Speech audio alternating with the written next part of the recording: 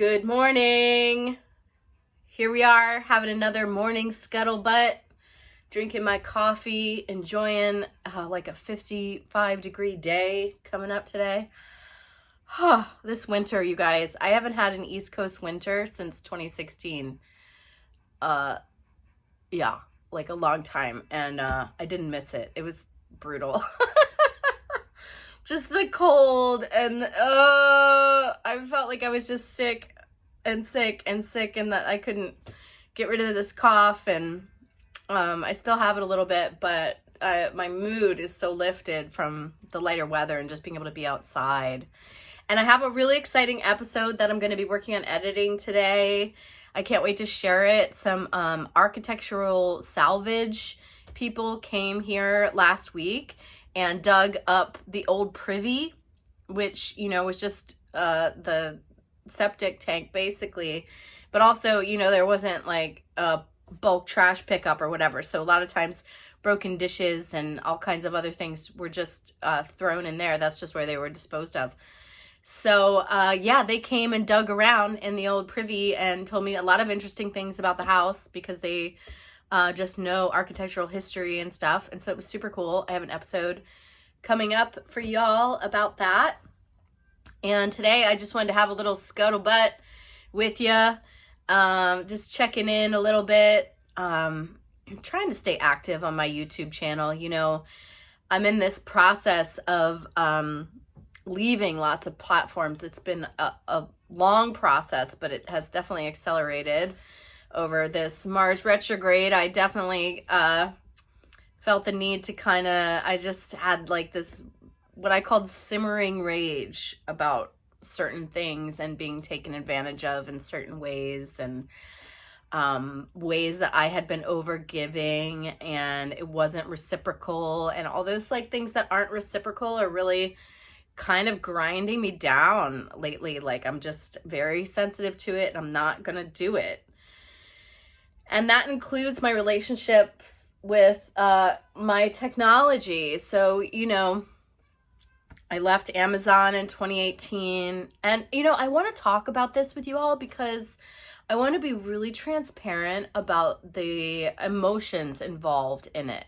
I'm not just like immune to how everyone feels and what everyone says about like, I have, X, Y, and Z reason to need this convenience. And I get all that because I've had to go through that myself. This is the processing and integration that I was talking about, And so I did just want to hop on today for this scuttlebutt and talk about the process of letting go of these things, of detangling from these tentacles. And, my belief, which I have always said, I've been saying this a long time, the overarching belief that they are trying to kill us slowly, in every way, shape, and form, through every element, through the sky, through the water, through the earth, and it's just been so relentless, and everyone's really tired, and it's like a lot,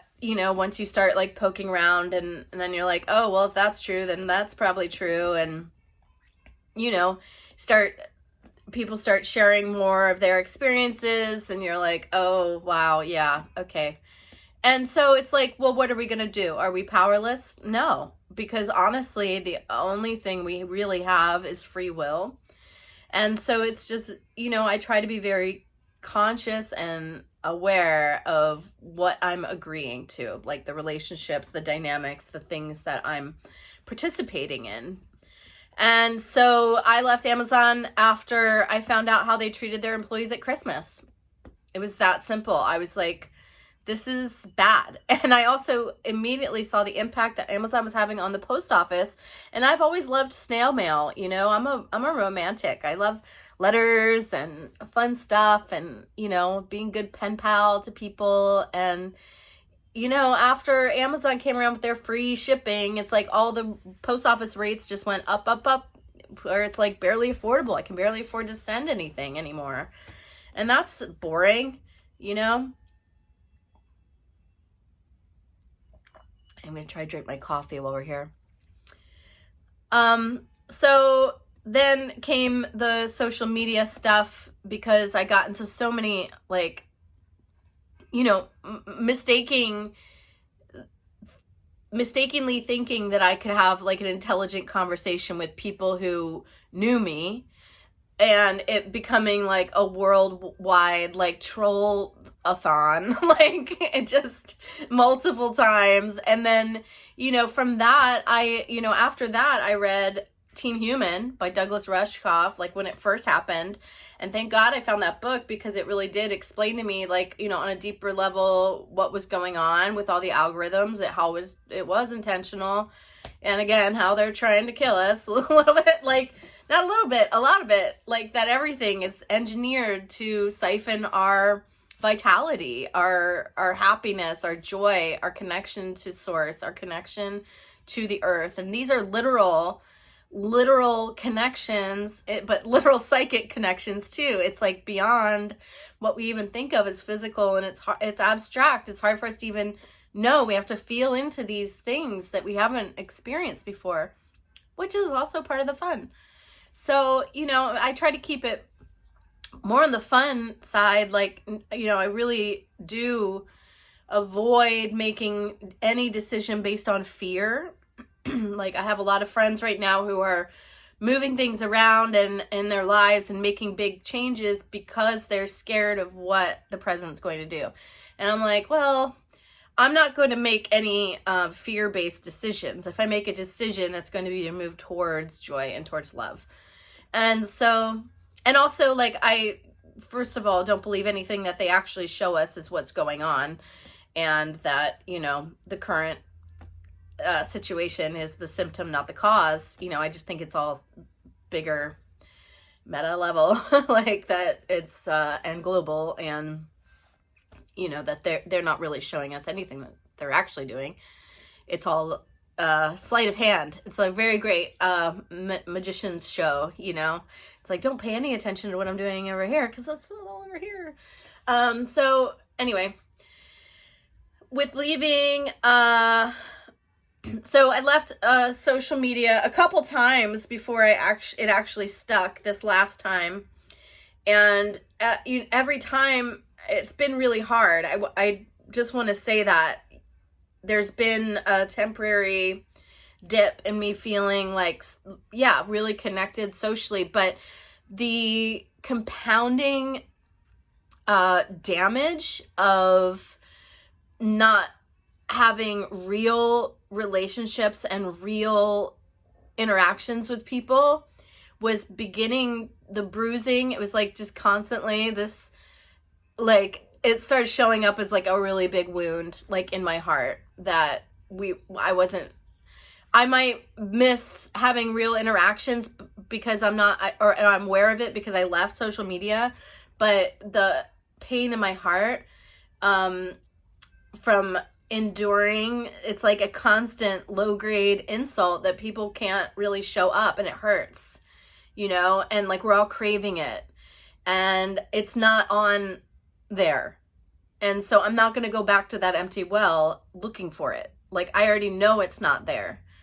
So, you know, I just pulled out, and there is like a temporary period, a transitional period of maybe feeling a little lonely, but I was feeling that anyway. So it's like that was a drug that was numbing me to the fact that I am lonely, because we don't socialize the way that I have experienced and enjoyed, and the level of intensity and passion and fun things that I have experienced in my life, and that I want again, that I desire.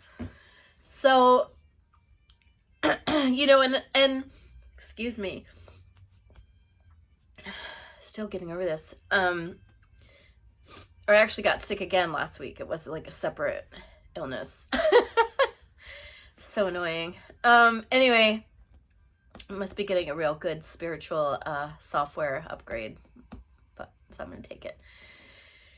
Anyway, so this falls under like a spiritual realm of what I call austerity practices,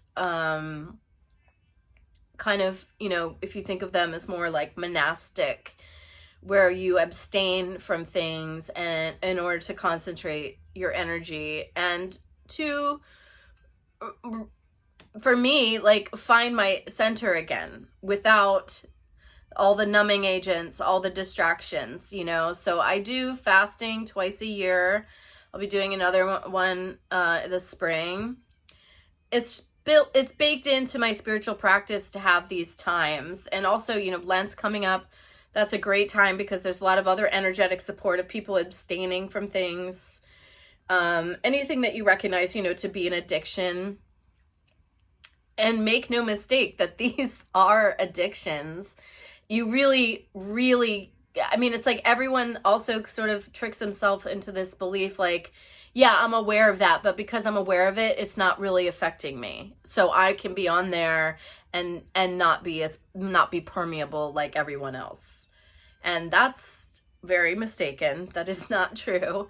And honestly, you don't know it until you really get off of it. You know, it's like if you eat a lot of sugar and then you have 6 weeks or a month without sugar, and then your body starts to recalibrate and you're eating natural food again, you're like, oh my God, like, God, what was that? You know, it's like that.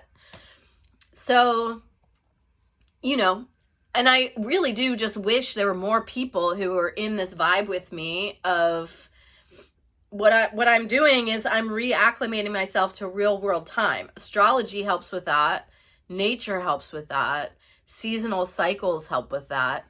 You know, and just, yeah, the more that I simplify and do the natural, simplest things, like, you know, I've shared recently that I've been not using shampoo and chemicals in my hair anymore. So, and that's been a whole journey, a whole learning journey. And it doesn't always look great, you know, like, but it's like, this is the experiment. Like, your life is the art. That's the thing. That's why I'm here. That's why I have this channel, you know, and you being you. What does beautiful mean? Beautiful. Be you to the full. That's beautiful. When we are fully ourselves, like, that is beauty. Like, not with all this like layers of crap and negotiating like social dynamics and like all this crap. So the more that gets stripped away, the more I like it. I'm just like, oh, thank God. You know, each time it's like, I'm like, okay, like, here I am. Where's everybody else? I wish there was more. Where are the others? I'm waiting on my others. But I'm still going, right? So this Mars retrograde, I ended my relationship with Substack after 3 years. I was very disappointed in the way that went because they turned it into a social media platform, and then all the AI was like involved, and then it was like just reproducing the same results and putting the same things forward, the same crap that, like, I didn't go there to get the same old crap. I went there to get something different. Can't get it. So I'm like, I'm out. You know, what does that mean for me now? Because I was writing a lot on there. What it means is I'm going to work on putting all those essays into a book or something. And I'm going to just keep going, you know, like, I still have this channel. I'm still on YouTube for now. But leaving Spotify, you know, has also been very difficult for me, someone who loves music, someone who invested a lot of time in making playlists. I had about 300 playlists. No joke. I've been on Spotify for almost 10 years. One of the reasons I went with them was because, you know, there was a time when it was like Pandora, Spotify, which one, you know? But I wanted to make playlists because I wanted control over my music, which iTunes had ruined. Like, iTunes, when they started like up in the controls, and, you know, it's legal for performers. Like, the venue has to pay the ASCAP fees for performers. So like in the burlesque world, it is like within your rights to use a song, you know, on a stage that you're doing in a show or whatever. And but then iTunes would lock me out of my own edited tracks. When they did the whole MP4 thing, they switched from MP3, and then you couldn't edit the songs as easily and all that stuff. It was like, you just start doing a lot of like fuckery like that. And so I went with Spotify back then. I was really pissed at Apple. I'm still pissed at Apple because I've said this before, that, you know, our music and photos, those are our memories. So them having control over our memories is a big problem. Like, if you really let that sink in for a while, and what that does to the culture over time, and the fact that we don't have our photos anymore, they're just in a cloud. It's like, this, I'm not doing this shit anymore, you guys. It doesn't work. It was better before when we had photo albums. I actually love photo albums. I love photo books. I love it. And so, yeah, so I'm in this process of trying to wrestle control back over my memories and my time and my attention and my joy. So, yeah, and so, like, I had all these playlists, so I'm not going to really get into how I'm doing it, because it is, you know, borderline. I mean, it's like, to me, it's basically like the equivalent of doing like a recording of the radio or something. Like, each of the playlists, some of the playlists are 3 hours long, and it's just like one recording of the whole thing. And a friend set me up with a PC that was cleaned off, that had a bunch of space on it. And so using a program called Audacity just to make like an audio file, and then saving the playlist. So I'm trying to, and I probably have like 35 or so saved. It's not going to be all of them. And who knows, you know, I probably won't even listen to them because it'll be so weird with the long straight format. Who knows? I don't know. I mean, this is the faith that's required. Like, each time I leave one of these platforms, that something better will replace it. That the time and space that I open up, and the way of thinking that we get into these grooves and these patterns, just like, oh, this is just where I save all my music, and I can't leave there because that's where all my music is. And it's like, even the algorithms are starting to give me the same songs over and over again, that there's, you know, that I'm like, okay, I feel like I've exhausted this, and maybe there's like a new era of my music listening that might enjoy more just like records, like a whole record, really sinking into a vibe of different musicians and artists, and staying with it longer instead of hopping around all the time. You know, it occurs to me that there's other ways to listen to the radio. I used to love radio. I mean, I have an old truck, so I would always drive around, listen to the radio in Nevada City. I love the radio out there. I still listen to KVMRX from Nevada City, even when I'm in Baltimore. And when I was over there, I was listening to an alternative radio station in Maryland that closed, RNR. Unfortunately, they closed down or changed formats, something. But anyway, so, you know, there's radio stations that I love. My friend runs Radio Paradise, which is radio, like, commercial free internet radio.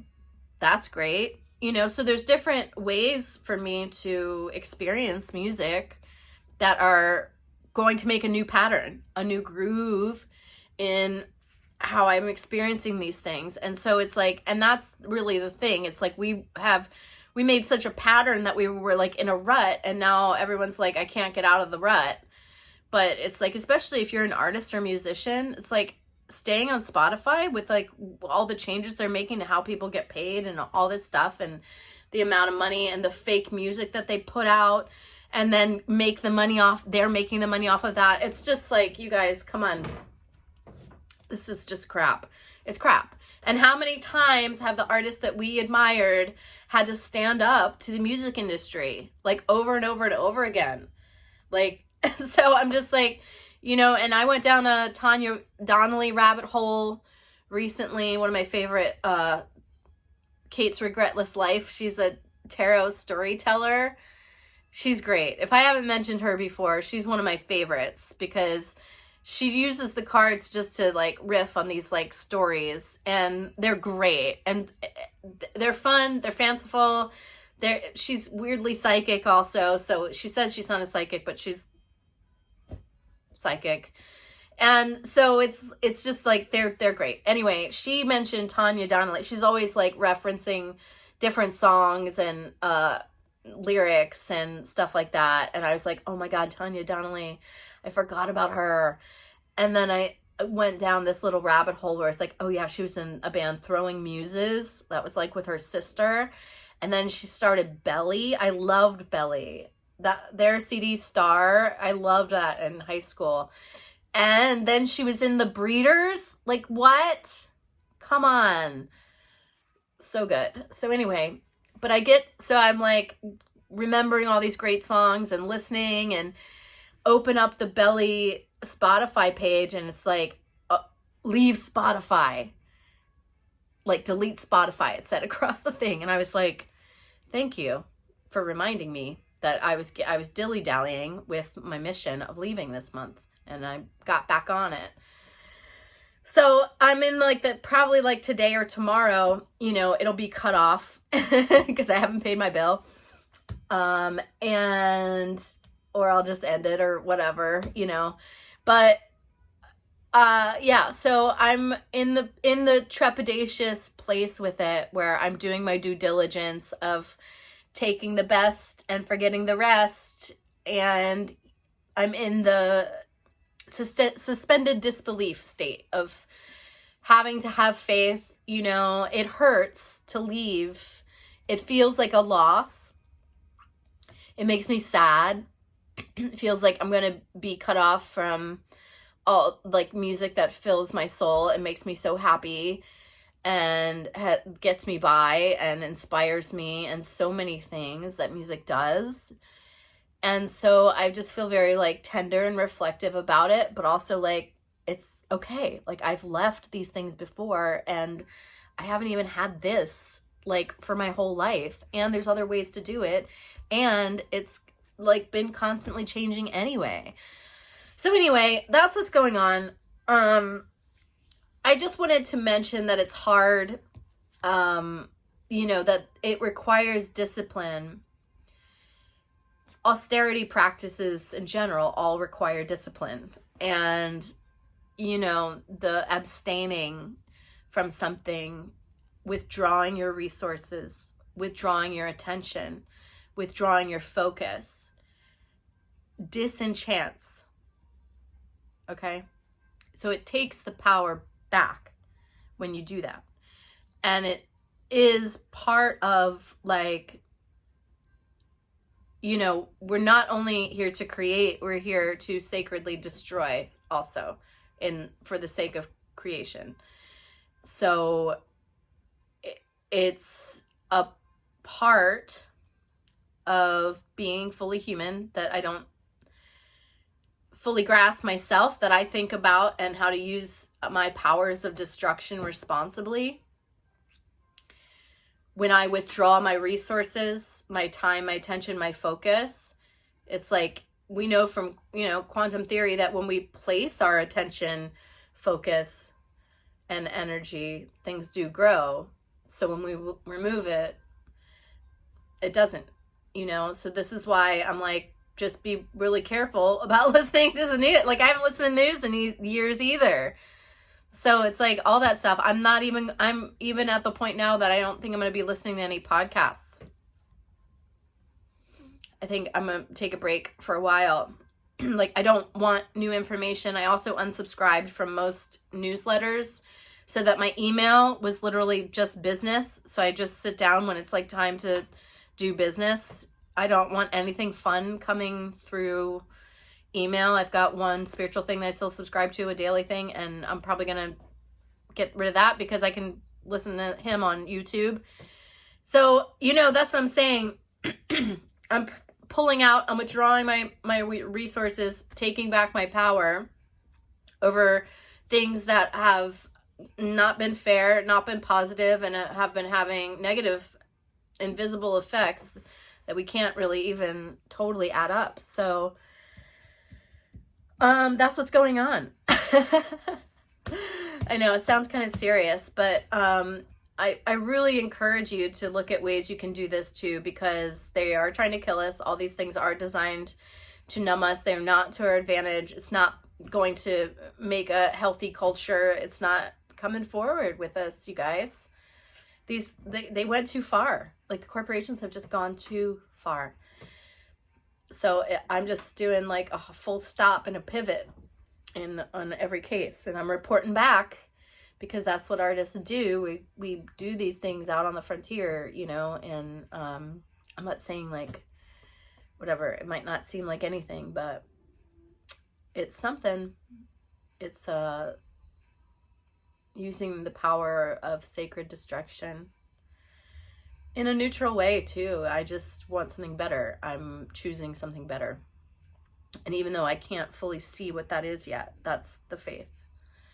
But I have absolute faith in my creative abilities to make something better, to make a better world, actually reciprocal, the one we actually want. So that's what's up. Thanks for enjoying this little scuttlebutt with me, and I'll be back soon with that episode. Fun exploring scavenger hunt, digging through the dirt for little bits of history. So that's fun. I'll see you soon. Later, alligators.